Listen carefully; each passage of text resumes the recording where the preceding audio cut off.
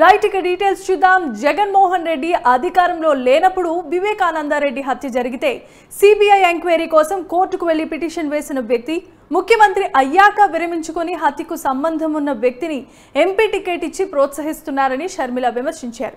పొన్నవోలు సుధాకర్ రెడ్డి చేత న్యాయస్థానాల్లో పిటిషన్లు వేయించి వైఎస్ఆర్ పేరును సిబిఐ ఛార్జ్ షీట్లో వచ్చే విధంగా చేశారని, ప్రతిఫలంగా అధికారంలోకి వచ్చిన 6 రోజుల్లోనే అడ్వకేట్ జనరల్ పోస్ట్ను పొన్నవోలు సుధాకర్ రెడ్డికి ఇచ్చిన ఘనుడు జగన్మోహన్ రెడ్డి అని అన్నారు. మోదీ ఏ బటన్ నొక్కితే ఆ విధంగా జగన్మోహన్ రెడ్డి పనిచేస్తున్నారన్నారు. మోదీ చెబితేనే గంగవరం పోర్టును అదానికి ఇచ్చిన రిమోట్ జగన్ అని అన్నారు.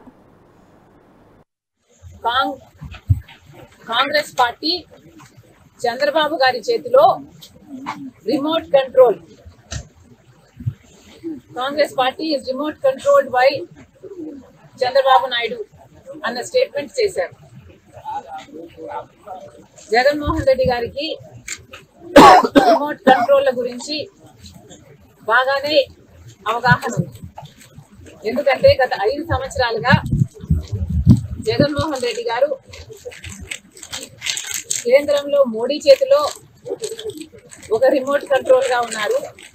రాష్ట్రంలో తన ఇంట్లో ఉన్న వాళ్ళ చేతుల్లో రిమోట్ కంట్రోల్ గా ఉన్నారు. ఇద్దరి పేర్లు బీతోనే మొదలైతాయి. బీజేపీ అయినా ఇంట్లో ఉన్న వాళ్ళైనా. మీరు రిమోట్ కంట్రోల్ గా మారి ఈరోజు మోడీకి ఏ బటన్ నొక్కితే ఆ పని చేసి పెట్టుకున్నది మీరు కాదా? మోడీ గన్నవరం పోర్టుని అదానికి ఇచ్చేయండి అంటే ఆ పని చేసి పెట్టింది జగన్మోహన్ రెడ్డి గారు కాదా?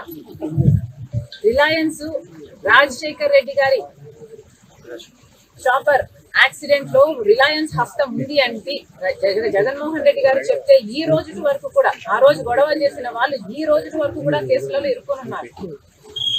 అలాంటి రిలయన్స్ ని బీజేపీ బటన్ నొక్కితే మీరు రాజ్యసభ సీటు ఇవ్వలేదా?